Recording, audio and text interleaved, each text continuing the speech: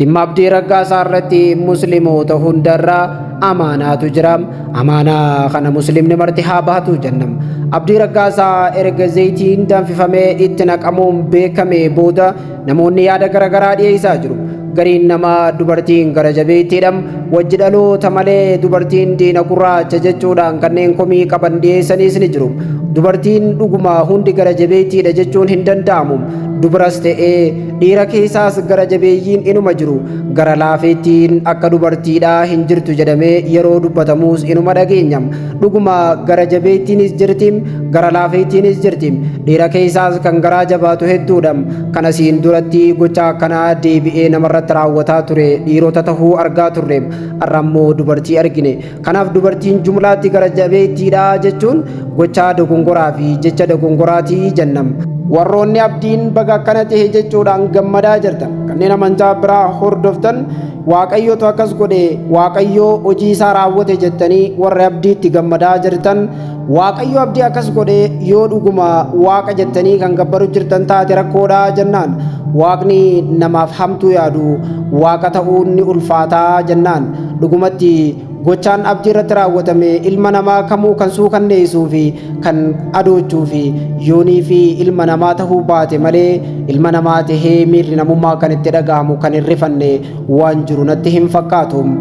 Amma dhaamsi nuti qabnu abdii raggaasaa haa wal'aanamu. Wallaansiisaa amaanaa musliimoota irra jiru. Musliimoonni hundinuu wallaansisuu qabam. Abdiin fira qabu.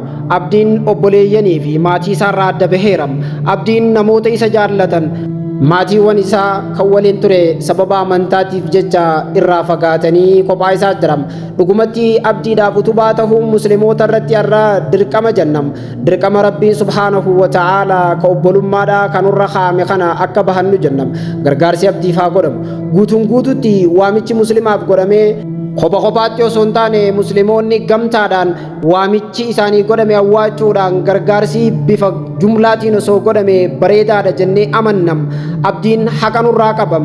Abdiin obboleessa keenya islaamaati. Abdiin obboleessa gaarii fi qulqulluudha. Abdiin nama kabajuudha. Abdiin nama dhiibbaa uumee waa jijjiiruu danda'uudha. Abdiin nama egereef ta'uudha.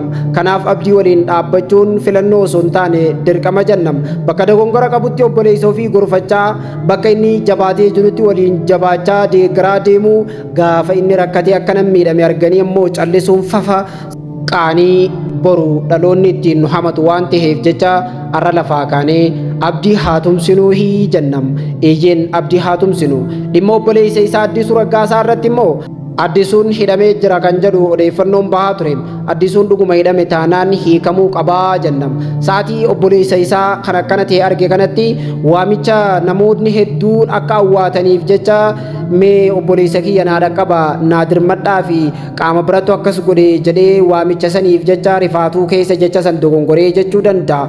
Garuu ammoo rifaatuu keessa jecha inni jeesaniif jecha har'a hidhameetiin taa'uu qabu. Sababnis obboleessi isaa abdii raggaasaa isa malee nama biraa firan qabu. Kanaaf obboleessi isaa illeen hiikamuu qaba. Musliimoonni dhuunfaadhaan osoo hin taane gamtaadhaan abdii gargaaruu qaba jenna. Galatooma.